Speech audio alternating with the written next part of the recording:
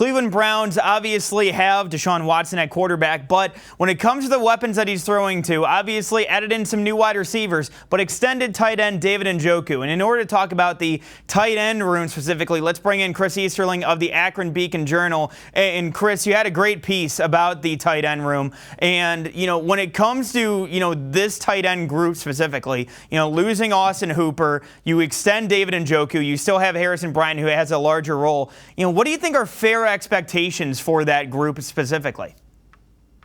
That they take a step forward, that you start to, especially with the David Njoku, you start to see the best version of himself. You start to see consistency out of him. I think that's the biggest thing with Njoku is just consistency in catching the ball, consistency in his route running, those sorts of things, because you're paying him to be an integral part of this offense. And it's time, he's going into the 6th year, with this team. So I realize he was drafted incredibly young coming out of Miami, but at the same time, it's been 5 years, 6 years now since he was in college. So I think it's sort of time for him to take a step forward. With Bryant, I think it's just, continue the development. And more than anything, I think it's going to be a higher workload with him because, you look at his first 2 years, he's right around the mid-20s in catches, mid to low 20s in catches,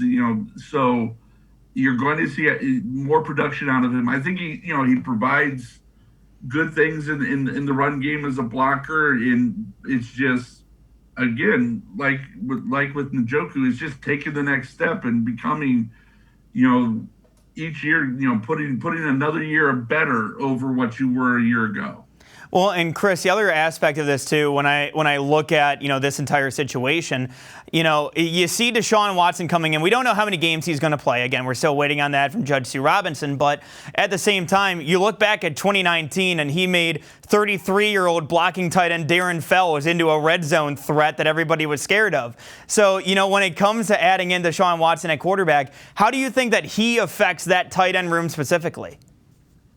Well, I think he's certainly a guy that was going to get. I think, to use another comparison, look what Lamar Jackson uses with Mark Andrews. I think, I think it's more than anything. I think it's just another weapon because, when you look at the offensive skill positions outside of the running back room, you have a lot of questions, and you're looking for some guys to really elevate themselves to become. We think Amari Cooper is going to be the top target on the team, but I think Njoku and Bryant can create some matchup issues that can really, open things up for not just themselves, but for the offense in the whole. And I think that's where, the combination of Deshaun Watson and the tight end room are really going to come into play.